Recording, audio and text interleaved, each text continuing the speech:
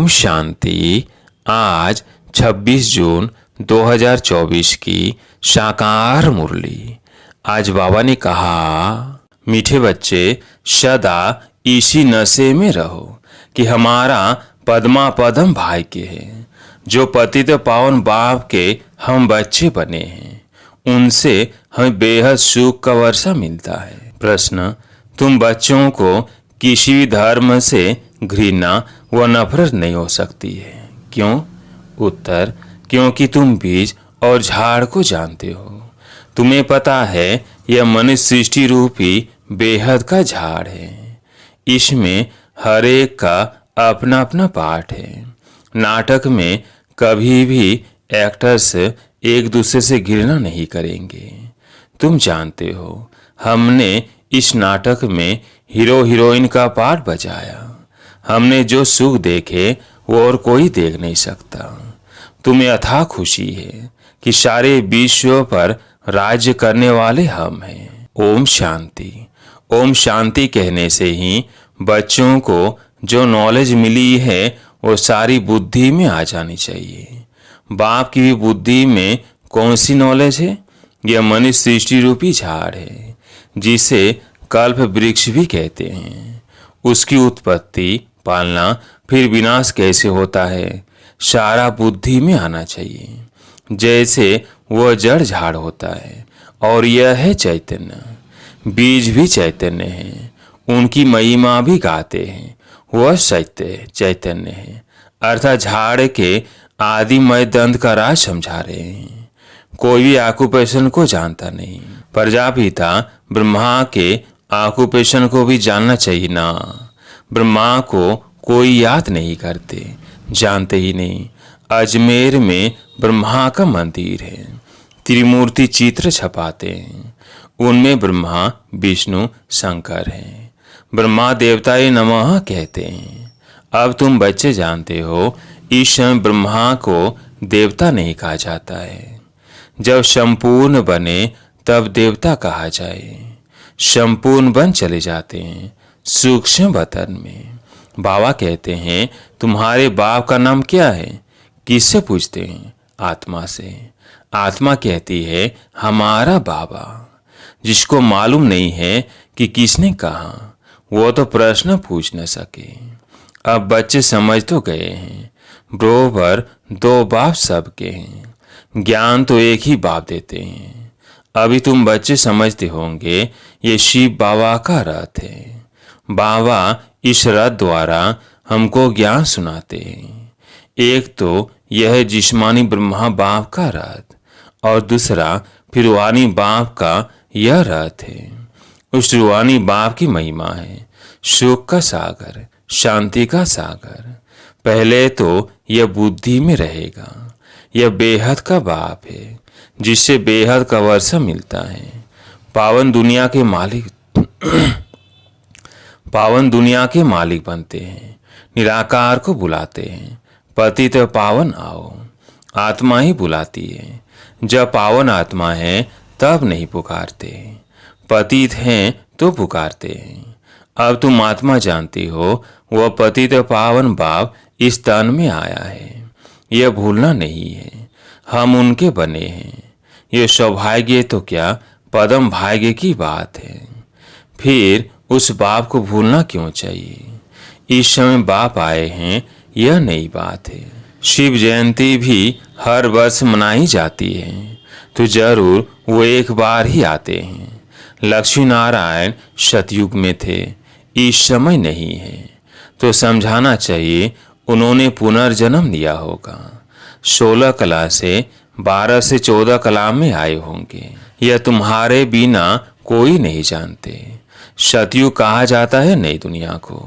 वहाँ सब कुछ नया ही नया है। देवता धर्म नाम भी गाया जाता है। वही देवताएं जब वाम मार्ग में जाते हैं तो फिर उनको नया भी नहीं तो देवता भी नहीं कह सकते। कोई भी ऐसे नहीं कहेंगे कि हम उनकी वंशावली के हैं। अगर अपने को उस वंशावली के समझते तो फिर उन्हों की महिमा अपनी निंदा क्यों करते? महिमा जब करते हैं तो जरूर उन्हों को पवित्र, अपने को अपवित्र पति समझते हैं, पावन से पतित बनते हैं, पुनर्जन्म लेते हैं। पहले पहले जो पावन थे वही फिर पतित बने हैं। तुम जानते हो पावन से अपतित बने हैं। तुम स्कूल में पढ़ते हो, उसमें नंबर वार फर्स्ट सेकंड थर्ड क्लास तो होते ही हैं। अभी बच्चे समझते हैं हमको बाप पढ़ाते हैं, तब तो आते हैं ना, नहीं तो ये आने की क्या दरकार है। यह कोई गुरु महात्मा महापुरुष आदि कुछ नहीं है, यह तो साधारण मनुष्य तन है। सो भी बहुत पुराना है, बहुत जन्मों के अंत में प्रवेश करता हूँ, और तो कोई इनकी महिमा नहीं, सिर्फ इसमें प्रवेश करता हूँ तब इनका नाम होता है। नहीं तो प्रजापिता ब्रह्मा कहाँ से आया। मनुष्य मूझते तो जरूर है ना। बाप ने तुमको समझाया है तब तुम औरों को समझाते हो। ब्रह्मा का बाप कौन? ब्रह्मा विष्णु शंकर, उन्हों का रचयिता यह शिव बाबा है। बुद्धि ऊपर चली जाती है। परम पिता परमात्मा जो परम धाम में रहते हैं, उनकी यह रचना है। ब्रह्मा विष्णु शंकर का ऑक्यूपेशन अलग है। कोई आपस में 3 से 4 होते हैं, सबका ऑक्यूपेशन अपना अपना होता है। पाठ हर एक का अपना अपना है। इतनी करोड़ों आत्माएं हैं, एक का पाठ न मिले दूसरे से। ये वंडरफुल बातें समझी जाती है। कितने ढेर मनुष्य हैं। अभी चक्र पूरा होता है, अंत है ना, सब वापस जाएंगे, फिर से चक्र रिपीट होना है। बाप ये सब बातें भिन्न भिन्न प्रकार से समझाते रहते हैं, नई बात नहीं। कहते हैं कल पहले भी समझाया था। बहुत लवली बाप हैं। ऐसे बाप को तो बहुत प्यार से याद करना चाहिए। तुम भी बाप के लवली बच्चे हो ना, बाप को याद करते आए हो। पहले सब एक ही पूजा करते थे, भेदभाव की बात है नहीं। अभी तो कितना भेदभाव है। ये राम के भक्त है, ये कृष्ण के भक्त है। राम के भक्त धूप जगाते तो कृष्ण का नाक बंद कर देते हैं। ऐसे भी कुछ बातें शास्त्रों में हैं। वो कहे हमारा भगवान बड़ा, वो कहे हमारा बड़ा। 2 भगवान समझ लेते हैं तो रॉन्ग होने कारण सब अनराइटियस काम ही करते हैं। बाप समझाते हैं बच्चे भक्ति भक्ति है और ज्ञान ज्ञान है। ज्ञान का सागर एक ही बाप है, बाकी वो सब है भक्ति के सागर। ज्ञान से सद्गति होती है। अभी तुम बच्चे ज्ञानवान बने हो। बाप ने तुम्हें अपना और सारे चक्र का भी परिचय दिया है जो और कोई दे न सके। इसलिए बाप कहते हैं तुम बच्चे हो सदर्शन चक्रधारी। परम पिता परमात्मा तो एक ही है, बाकी सब बच्चे ही बच्चे हैं। परम पिता अपने को कोई कह न सके। जो अच्छे समझदार मनुष्य है समझते हैं यह कितना बड़ा ड्रामा है। उनमें सब एक्टर्स अविनाशी पाठ बजाते हैं। यह है अनादि अविनाशी, कभी बंद होने वाला नहीं है। इतनी छोटी आत्मा, इतना बड़ा पाठ मिला हुआ है, शरीर लेने और छोड़ने का और पाठ बजाने का। यह बातें कोई शास्त्रों में नहीं है। अगर इसको किसी गुरु ने सुनाया होता तो उनके और ही फॉलोअर्स होते ना। सिर्फ एक फॉलोअर क्या काम का। फॉलोअर तो वो जो पूरा फॉलो करे। इनकी ड्रेस आदि तो वो है नहीं, कौन कहेंगे शिष्य है। यह तो बाप बेट पढ़ाते हैं। बाप को ये फॉलो करना है। जैसे बारात होती है ना, शिव की बारात कहते हैं। बाबा कहते हैं ये हमारी बारात है। तुम सब भक्तियां हो और मैं हूँ भगवान। तुम सब सजनियां हो। बाबा आया है तुमको श्रृंगार कर ले जाने। कितनी खुशी होनी चाहिए। अब तुम सृष्टि के आदि मध्य अंत को जानते हो। तुम बाप को याद करते करते पवित्र बन जाते हो तो पवित्र राजा ही मिलती है। बाप समझाते हैं मैं आता ही हूँ अंत में। मुझे बुलाते ही हैं पावन दुनिया की स्थापना और पति दुनिया का विनाश कराने आओ, इसलिए महाकाल भी कहते हैं। महाकाल का भी मंदिर होता है। काल के मंदिर तो देखते हैं ना, शिव को काल कहेंगे ना।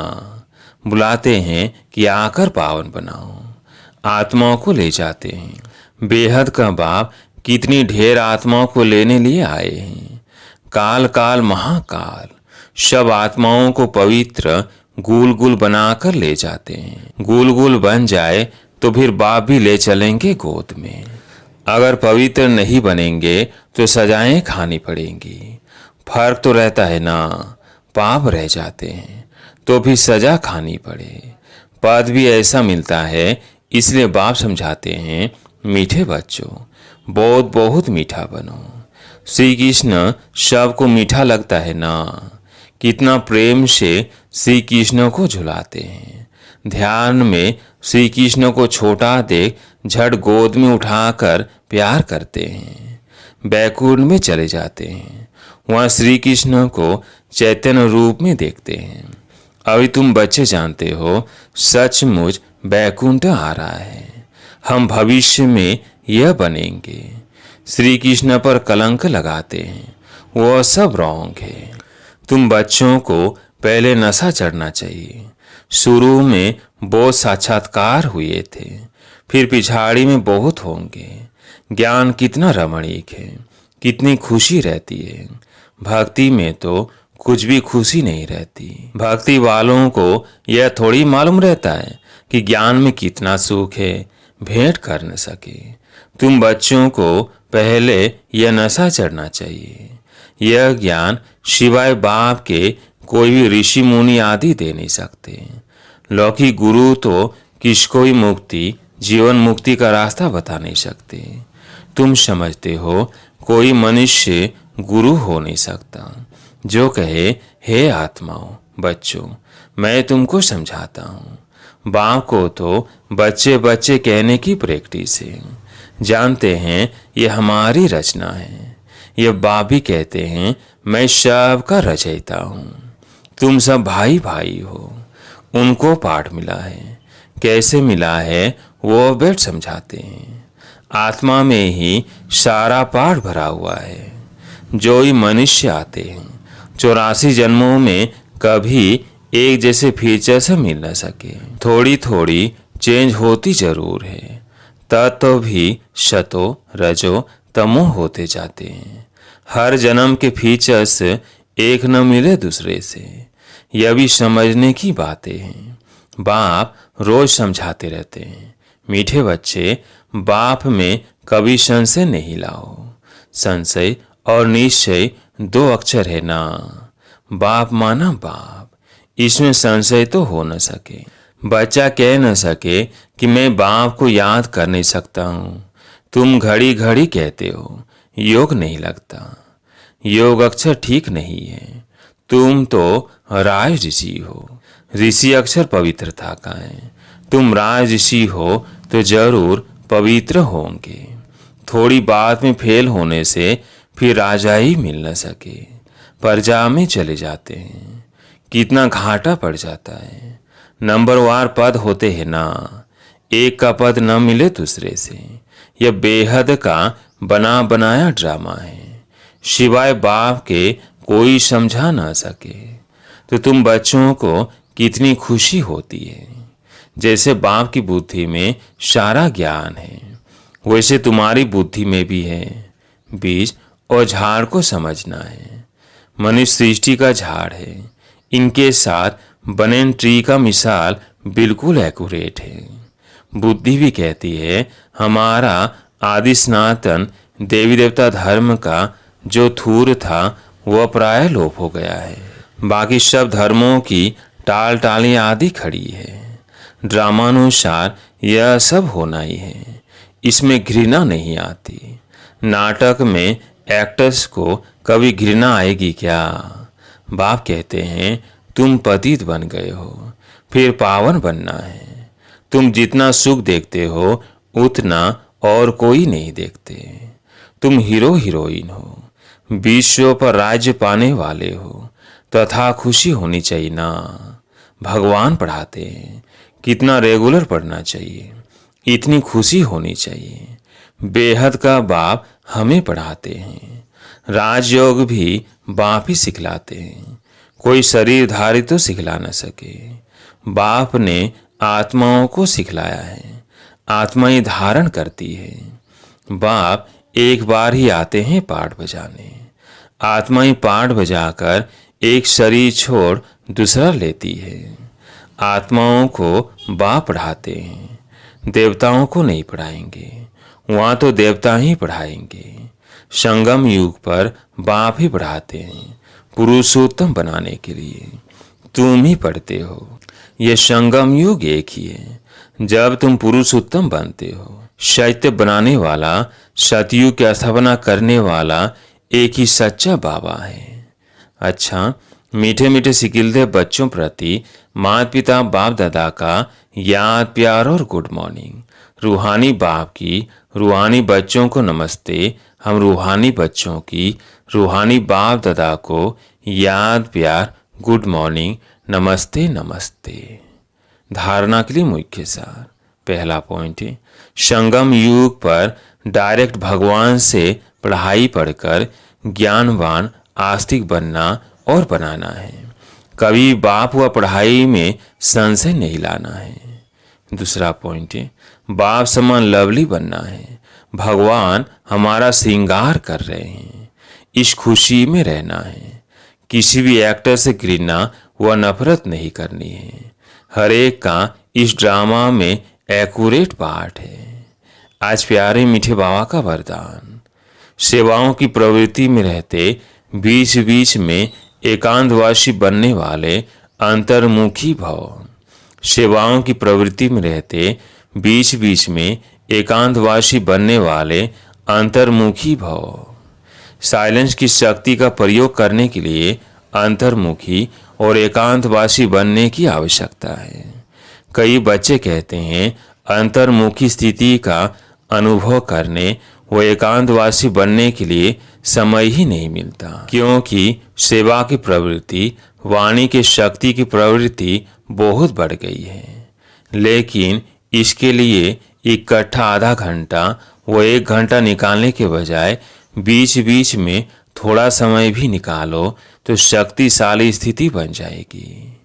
स्लोगन, ब्राह्मण जीवन में युद्ध करने के बजाय मौज मनाओ तो मुश्किल भी सहज हो जाएगा। ब्राह्मण जीवन में युद्ध करने के बजाय मौज मनाओ तो मुश्किल भी सहज हो जाएगा। अच्छा, ओम शांति।